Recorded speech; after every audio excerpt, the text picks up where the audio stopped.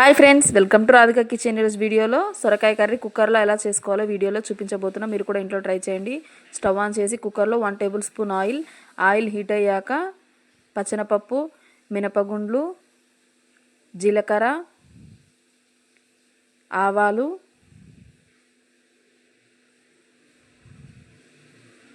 కరివేపాకు ఇవన్నీ ఫ్రై అయ్యాక ఒక సగం సొరకాయని కట్ చేసి సన్న సన్న ముక్కలుగా కట్ చేసుకొని శుభ్రంగా వాష్ చేసుకొని కుక్కర్లో వేసుకోవాలి.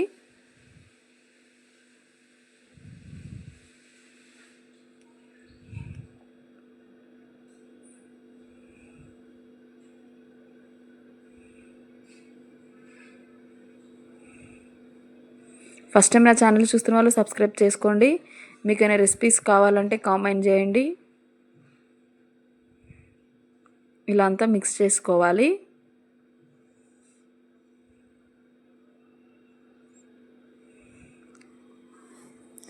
సాల్ట్,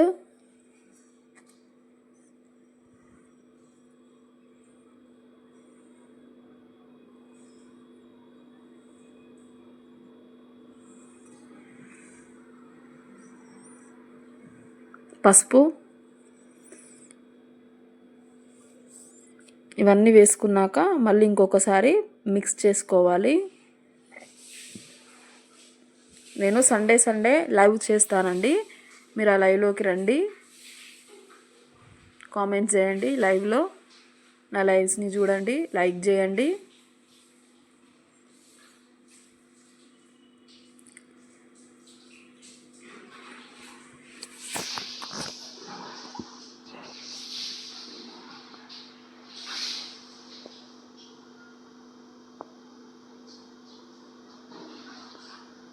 ఇక్కడ అడుగు అనేది అంటకుండా కొన్ని వాటర్ వేసుకున్నాను. ఎక్కువ వేసుకోవద్దు, ఎందుకంటే సొరకాయలో వాటర్ ఉంటుంది కాబట్టి కొన్ని వేసుకుంటే సరిపోతుంది. మంటను మీడియం ఫ్లేమ్లో ఉంచి ఇప్పుడు వీటికి సొరకాయకి కుక్కర్ పెట్టుకొని మూత పెట్టుకోవాలి.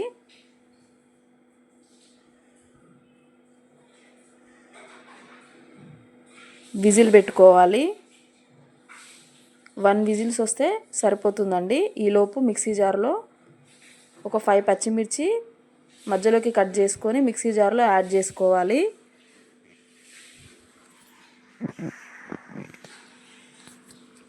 మిక్సీ వేసుకునేటప్పుడు కొంచెం సాల్ట్ వేసుకోవాలి. సాల్ట్ వేసుకోవడం వల్ల తొందరగా అనేది గ్రైండ్ అవుతుంది మెత్తగా. ఇలా మూత పెట్టుకొని మిక్సీకి వేసుకోవాలి. మిక్సీ వేసుకొని పక్కన పెట్టుకోవాలి. ఇలా విజిల్ తీసుకొని కుక్కర్ విజిల్ పోయిన తర్వాత మూత తీసుకోవాలి. ఇప్పుడు గ్రైండ్ చేసి పెట్టుకున్న పచ్చికారం వేసుకోవాలి. మంటను మీడియం ఫ్లేమ్లో ఉంచి ఒకసారి అంతా మిక్స్ చేసుకోవాలి.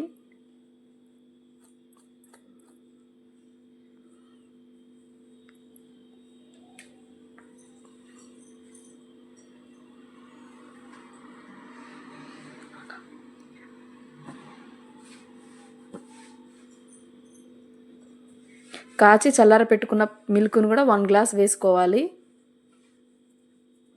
ఇవన్నీ బాగా ఉడికించుకోవాలి.